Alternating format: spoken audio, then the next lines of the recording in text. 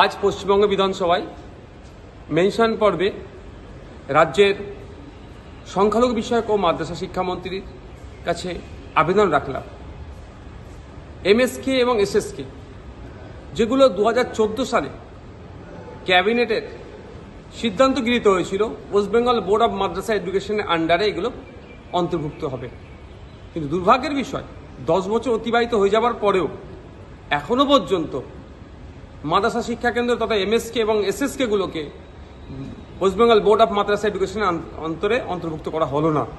যাতে দ্রুত অন্তর্ভুক্তিকরণ করা হয় এবং এই শিক্ষা প্রতিষ্ঠানগুলো বাঁচানোর জন্য দ্রুততার সাথে শিক্ষক নিয়োগের আবেদন করলাম। এই শিক্ষা প্রতিষ্ঠানগুলোতে প্রায় 7,500 শিক্ষক ছিল। অনেকে বার্ধক্যে উপনীত হওয়ার জন্য অর্থাৎ তারা অবসর গ্রহণ করেছে, অনেকে মারা গিয়েছেন, ফলে যে শূন্যপদ তৈরি হয়েছে সেই শূন্যপদ আজও পূরণ হয়নি।